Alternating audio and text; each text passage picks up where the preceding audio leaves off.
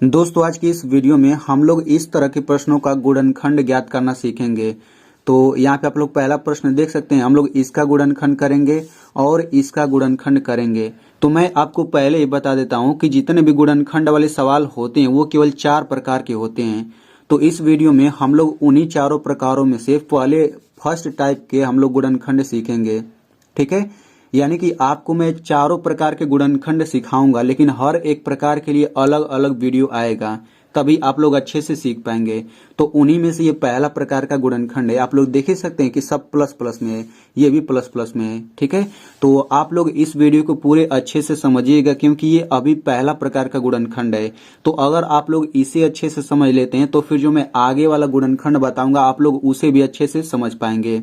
और अगर आप कक्षा 8 में पढ़ते हैं या फिर कक्षा 8 से ऊपर वाली क्लास में पढ़ते हैं तो आपको गुणनखंड किसी भी कीमत पे आना ही चाहिए। ठीक है, तो आप लोग अगर अच्छे से समझना चाहते हैं गुणनखंड को तो आप लोग इस वीडियो को शुरू से लेकर अंत तक जरूर देखिए, तभी आपको अच्छे से समझ आ पाएगा। और मैं वीडियो के लास्ट में आपसे एक सवाल भी पूछूंगा। तो चलिए वीडियो शुरू करते हैं। तो देखिए पहला प्रश्न है 2x² + 7x + 6।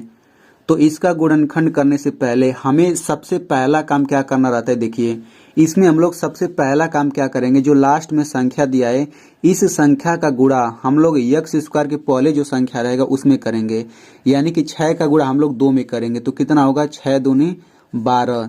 यानी कि जब भी आप इस तरह के सवालों का गुणनखंड करेंगे तो लास्ट वाली संख्या का गुणा आप लोग इस वाली संख्या में जरूर करेंगे। सबसे पहला काम यही होता है। तो 6 दूना 12 हो गया। अब ये जो 12 आया है, आपको ऐसी दो संख्या खोजना है, ध्यान से सुनिएगा। आपको ऐसी दो संख्या खोजना है जिनका गुणा करें तो 12 आना चाहिए और उनको जोड़ने पर 7 आना चाहिए। यानी कि अगर लास्ट वाली संख्या के पहले प्लस है तो उन दोनों संख्याओं को जो आप खोजेंगे उनको जोड़ करके 7 आना चाहिए। यानी कि x के पहले जो रहता है वही आना चाहिए यहाँ पे जोड़ करके, क्योंकि प्लस है ना, प्लस का मतलब जोड़ना होता है। तो आप ऐसी दो संख्या खोजिए जिनका गुणा करें तो 12 आ जाए और उन्हीं दोनों संख्याओं को जोड़ने पर 7 आना चाहिए। ठीक है, तो सबसे पहले आपको दोनों संख्या खोजना होगा। तो चलिए खोजते हैं। तो देखिए 2 छक्का 12 होता है। ठीक है, 2 छक्का 12 होता है, यानी कि हमें दो संख्या मिल चुकी है जिनका गुणा करने पर 12 आएगा। अब हम इनको जोड़ करके देख लेते हैं कि क्या 7 आता है। तो देखिए 2 में 6 जोड़ेंगे तो ये 8 आता है, 7 नहीं आता। यानी कि जिस संख्या को हम लोग खोज रहे हैं वो संख्या 2 और 6 नहीं है। तो अब हम लोग दूसरी संख्या खोजेंगे। तो देखिए 12 को हम लोग ये भी तो लिख सकते हैं 4 गुणा 3। देखिए 4 में 3 का गुणा करेंगे तो 4 3 12 होता है। अब देखिए 4 में 3 जोड़ेंगे तो 7 भी होता है। यानी कि जिन दोनों संख्याओं को हम लोग खोजना चाहते थे वे दोनों संख्याएं 4 और 3 है। तो चूंकि इनको गुणा करने पर 12 आ गया तो हमने गुणा के रूप में लिख दिया। अब इनको जोड़ने पर 7 भी आता है, इनको हम लोग जोड़ करके भी दिखा देते हैं। तो 4 में 3 जोड़ेंगे तो कितना होगा, 7 होगा। ठीक है, तो हमें इस पहले समीकरण से मतलब नहीं है, हमें ये जोड़ वाला समीकरण है ना, हमें इसी से मतलब है। तो देखिए यहाँ पे x है तो हम लोग क्या करेंगे, इन सभी संख्याओं के बाद x लगा देंगे। तो ये हो जाएगा 4x + 3x = 7x। यानी कि ये जो समीकरण है ना प्लस वाला, इसी में बस हमने x लगा दिया। आप लोग ध्यान से समझिए, बहुत ही आसान है। तो देखिए अब हम लोग क्या करेंगे, चूंकि यहाँ पे आप लोग देख सकते हैं कि 7x जो है, अब x का चूंकि सभी में गुणा करेंगे ना तब भी ये दोनों बराबर ही रहेगा। यानी कि 4x में 3x जोड़ेंगे तो ये 7x आता है। अगर आपको इस तरह का जोड़ अच्छे से समझना है तो आप लोग इस वीडियो को देख सकते हैं। तो देखिए यहाँ पे आप लोग देख सकते हैं बीच में बराबर लगा है, यानी कि 4x + 3x ये जो पूरा है ये 7x के बराबर, यानी कि 4x + 3x ये पूरा बराबर है 7x के। तो जब दोनों बराबर चीज है तो हम लोग इस 7x को हटा करके हम ये पूरा रख सकते हैं, क्योंकि दोनों बराबर चीज है। तो बिल्कुल वही काम करेंगे हम लोग। ये हो जाएगा 2x² प्लस है तो प्लस लिख लीजिए। अब इस 7x को हटा करके हम ये पूरा रखेंगे। क्यों रखना है, क्योंकि 7x के ये बराबर है, तो हम लोग ऐसा कर सकते हैं। तो 4x + 3x हो गया, फिर +6। तो देखिए जैसे ही हम लोग बीच वाले को हटा करके ये रखा तो यहाँ पे ये 4 पद आ गया। अब हम लोग इन चारों पदों को विस्तार से लिखेंगे। अब ये विस्तार से कैसे लिखना है देखिए ध्यान से। तो इसे विस्तार से लिखने से पहले हम लोग यहाँ पे कुछ बेसिक समझ लेते हैं।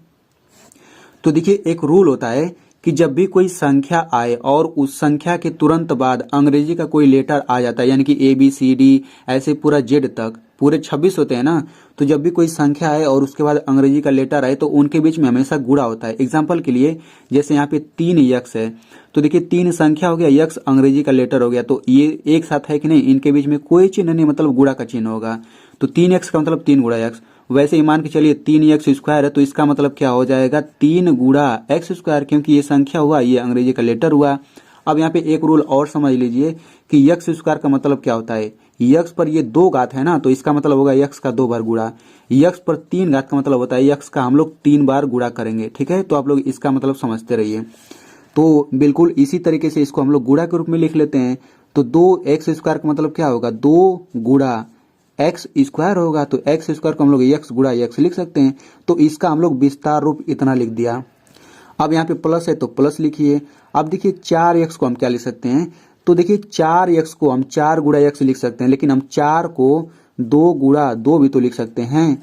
4 को हम लोग 2 गुणा 2 भी तो लिख सकते हैं। यानी कि जो शुरू में संख्या रहता है ना, उस संख्या को हम लोग इस तरीके से कर लेते हैं। यहाँ पे आप लोग देख लीजिए, जैसे यहाँ पे 4 है तो हम 4 को ऐसे कर लेंगे, 2 दूना 4, 2 एकम 2, यानी कि अब हम लोग 4 को 2 गुणा 2 करके लिखेंगे। ठीक है, फिर प्लस। अब देखिए यहाँ पे 3 एक्स है तो ये हो जाएगा 3 गुणा एक्स। अगर हम लोग 3 को इस तरह से करेंगे तो 3 एक ही बार में कटेगा, तो केवल 3 नहीं आएगा। अब ऐसे ही 6 है तो हम यहाँ पे प्लस लिख लेते हैं। अब 6 को ऐसे कर लेते हैं, तो 6 किससे कटेगा, 2 3 6, 3 एकम 3, यानी कि 6 को हम 2 गुणा 3 लिख सकते हैं। तो यहाँ पे 2 गुणा 3 लिख लीजिए। अब देखिए हमने सभी को विस्तार रूप में लिख लिया। ये आपका पहला पद हो जाएगा, ये दूसरा पद, ये तीसरा पद, ये चौथा पद। अब आपको 2-2 पदों का जोड़ा बनाना है, यानी कि ये दोनों पद ले लीजिए और ये दोनों पद। ठीक है, इसके बाद अब आपको दोनों पदों में से कॉमन लेना रहता है। तो देखिए मैं आपको बताना चाहता हूँ कॉमन का मतलब क्या होता है। सबसे पहले आपको इन दोनों पदों में कॉमन लेना है। तो कॉमन का मतलब होता है जो दोनों में हो। तो देखिए इसमें 2 है, इसमें भी 2 है, इसमें यक्स है, इसमें भी यक्स है। ठीक है, यानी कि इन दोनों में क्या क्या है, इन दोनों में 2 और यक्स है, तो 2 यक्स कॉमन हो जाएगा। कॉमन क्या होता है, कोष्टक के बाहर कॉमन होता है। तो देखिए 2 यक्स तो बाहर हो गया, अब कोष्टक के अंदर ये यक्स बचेगा, प्लस है तो प्लस लिखिए, ये 2 बच जाएगा। तो बस कॉमन आसानी से हो गया।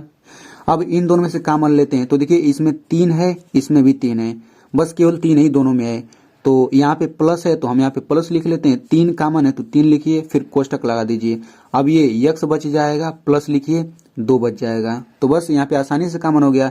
तो देखिए जब भी आप कॉमन लेंगे ना, तो यहाँ पे कोष्टक में जो आएगा सेम यहाँ पर भी आएगा। अगर आपको सेम नहीं आ रहा है ना, दोनों सेम चीज, तो गलत है आपका।